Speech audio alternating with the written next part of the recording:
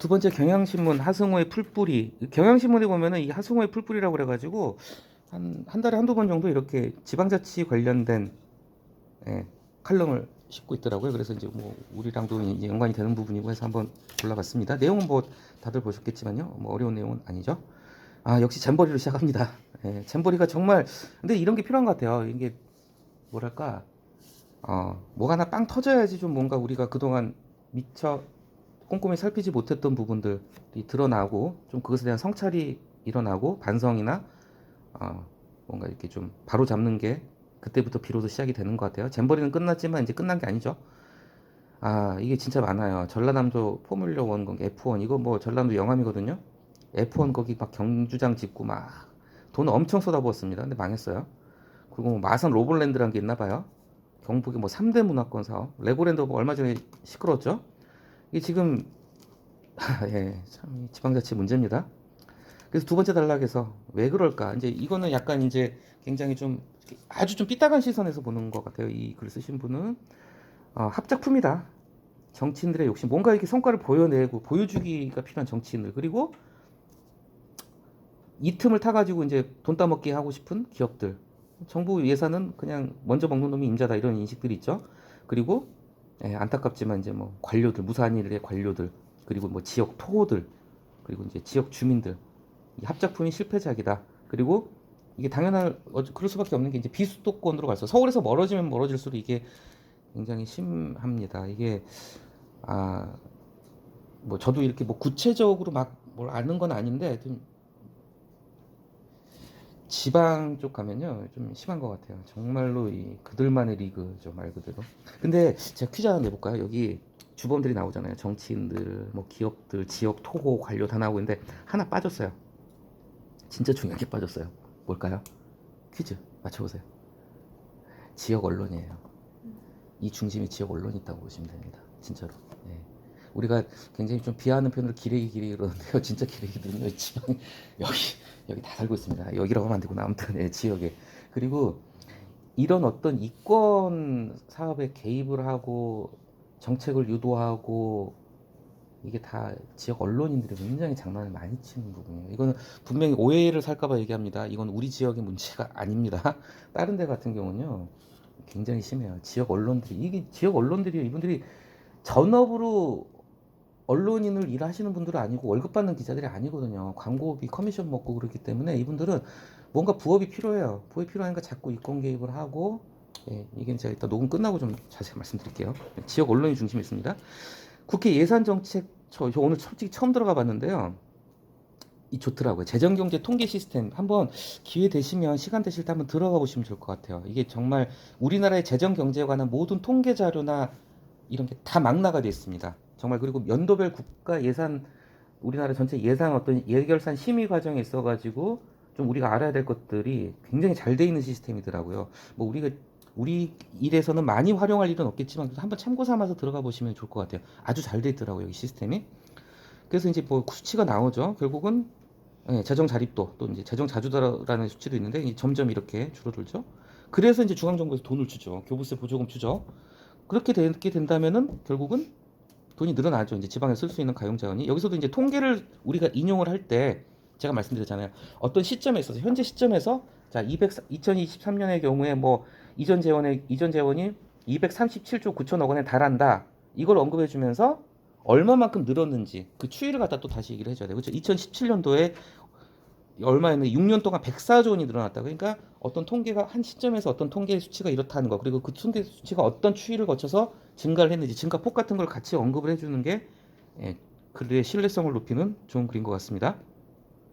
결국은 이 글에서 하고 이제 필적하고 싶은 얘기는 뭐냐면은 지방은 재정 자립도가 낮을지언정 어쨌건 중앙정부에서 일정 부분 메꿔주기 때문에 뭐 지방정부가 그렇게 돈이 없는 것도 아니다. 그래서 이게 마지막 문장이 뭐냐면요. 그래서 지방정부가 무모하게 국제행사나 대형사업에 뛰어드는 이유를 예산 부족에서 찾는 건 잘못된 진단이다. 이게 무슨 뜻이냐면요. 국제행사나 대형사업은요. 이거 다 국비사업이라고 보시면 돼요.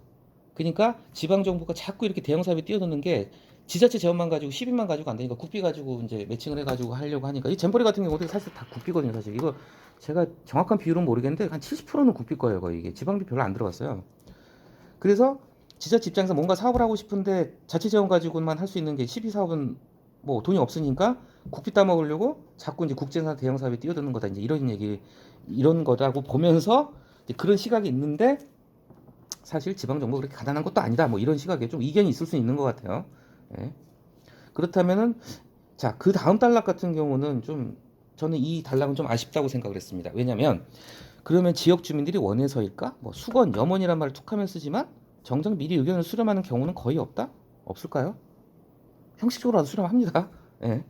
만약에 이 글을 갖다가 좀 이 단락을 설득력 있게 펼치려면요, 어떤 사례를 하나 가져왔어야 됐나 하는 생각이 들어요.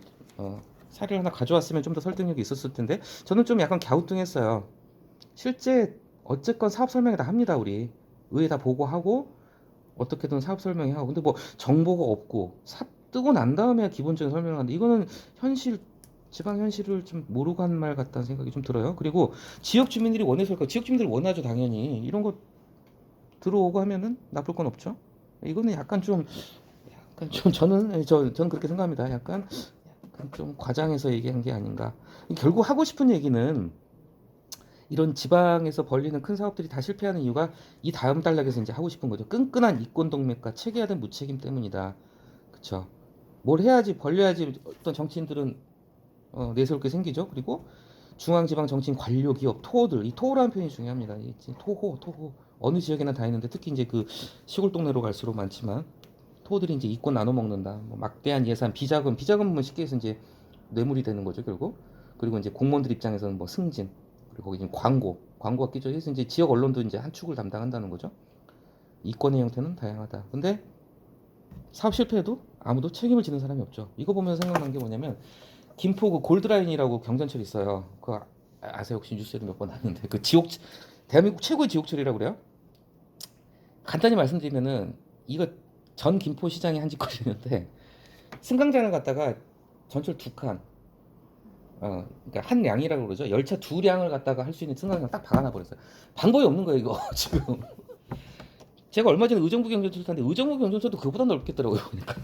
아이, 이거 어떻게 이런 그런 사람이 참, 예. 아무도 책임을 안 지죠, 그죠? 관료들은 그냥 뭐 그리고 보조금만 챙긴 이 보조금 헌터. 예, 우리 시 같은 경우는 이렇게 좀 솔직히 시 재정 규모도 크지도 않고 이렇게 많지는 않지만 이게 진짜 큰 시로 가면요 이 보조금 정말 이 헌터들이 있어요, 진짜로. 브로커도 있고요. 다양한 방면에 이 보조금을 갖다가 이제 따먹는 거죠. 근데 이 보조금을 챙겨 먹는 게 정정당당하게 뭐 경쟁을 해서 하냐, 그게 아니죠. 또 다 뒤로 이제 뒷거래하고, 그렇죠? 이런 말 함부로 하면 안 되지만은 저는 진짜 좀 심각하다고 봅니다. 이 지방 정부 예산 줄줄 세고 좀 심각한 것 같아요, 진짜로. 예. 그리고 나서 이제 그 다음 단락에서 이제 좀 얘기를 하고 좀 이제 마음이 아픈 구절이에요. 이제 저출산 고령화 이제 지방 소멸 얘기가 나오죠. 주민들 수도 부족하고 고령화되고 이제 고향을 지킨다는 마음도 사라지고 슬픈 얘기죠. 내려올 자식들은 없고, 그렇죠? 명절 때나 찾아오면 다행이죠. 내가 마지막이라 여기는 노인들이 대부분이다. 굳이 싸울 이유가 없겠죠. 죽기 전에 그냥 내 땅 팔리면 땡큐고, 도시 자식들도 농촌의 집들 그냥 팔아야 될 자산이지 고향이라고 생각을 안 하죠. 그래서 이런 문제가 있다는 얘기를 하고 있습니다. 예. 그래서 좀 상당히 좀 약간 좀 너무 편향되고 삐딱한 시선인 것 같긴 하지만 이 지방의 이런 재정 열악한 재정 속에서 이렇게 판 벌려가지고 이게 한두 개가 아니거든요, 그죠? 뭐 예. 조형물 같은 경우도 엉뚱한 거 설치해가지고 그냥 흉물이 되고 이런 경우도 많고요. 예, 그런 점을 지적한 글이었고 결국은 이 글은 좀 예, 마지막에 어떤 구체적인 솔루션을 제시한 건 아니에요. 제시한 건 아니고 문제 제기만 했어요, 그냥. 큰 문제다 이 얘기예요, 주제는. 지방의 실패를 갖다가 극복하기 위해서 해결하기 위해서 우리가 뭘 어떻게 해야 된다 이런 솔루션을 구체적으로 제시한 건 아니고 마지막에 물음표로 끝났죠. 이 난관은 어찌 벗어나야 할까? 참 힘들다. 또 문제 제기를 한 걸로 끝난 글이었습니다. 근데 뭐 이렇게 아주 뭐 매끄럽게 잘 쓰고 좋은 글이라고는 생각 안 합니다. 저는 솔직히. 그런데 우리하고 좀 연관이 되는 부분이 있다는 생각에서 제가 좀 한번 골라봤고요.